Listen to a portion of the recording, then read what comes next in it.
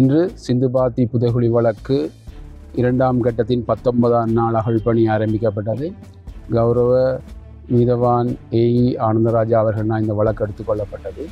ஏற்கனவே அகழ்ந்தெடுக்கப்பட்ட 67 மண்டையோட்டு தொகுதிகளோடு புதிதாக 8 மண்டையோட்டு தொகுதிகள் அடையாளப்படுத்தப்பட்டிருந்தன.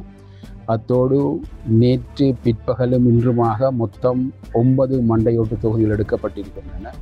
மொத்தமாக 76 மண்டையோட்டு தொகுதிகள் எடுக்கப்பட்டிருக்கின்றது. அடையாளப்படுத்தப்பட்ட மண்டையோட்டு தொகுதிகளாக 88 காணப்படுகின்றன. இந்த அகழ்பணி தொடர்ந்து நடைபெற்று கொண்டிருக்கின்றது. இதில் ராஜ் சோமதேவ, சட்ட வைத்தியதாரி பிரணவன் அவர்களுடைய குழுக்களும் யாழ் பல்கலைக்கழக மாணவர்களும் இந்த அகழ்பணியில் ஈடுபட்டு கொண்டிருக்கிறார். நாளை 20ஆம் நாள் அகழ்பணி நடைபெற இருக்கின்றது.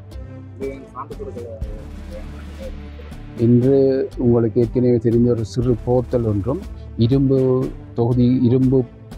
இரும்புகள் என்று நம்பப்படுகின்ற பல கட்டிகளும் எடுக்கப்பட்டன. எலும்பு தொகுதிகளும் அடையாளப்படுத்த எடுக்கப்பட்டது. நேராக புதைக்கப்பட்டிருக்கின்றன. ஆனால் அந்த பக்கங்கள் மாறி இருக்கின்றது. அந்த வடிவில் நாங்கள் அது முறையான என்ற பகுதிகளை கொண்டு வர முடியாது. அது சம்பந்தமாக ஆய்வுகளின் பிற்பாடு அது சம்பந்தம் கூறக்கூடியதாக இருக்கும். டிவிஐ யூடியூப் சேனலில் இணைந்திருக்கும் நேர்கள் அனைவருக்கும் எமது நன்றி.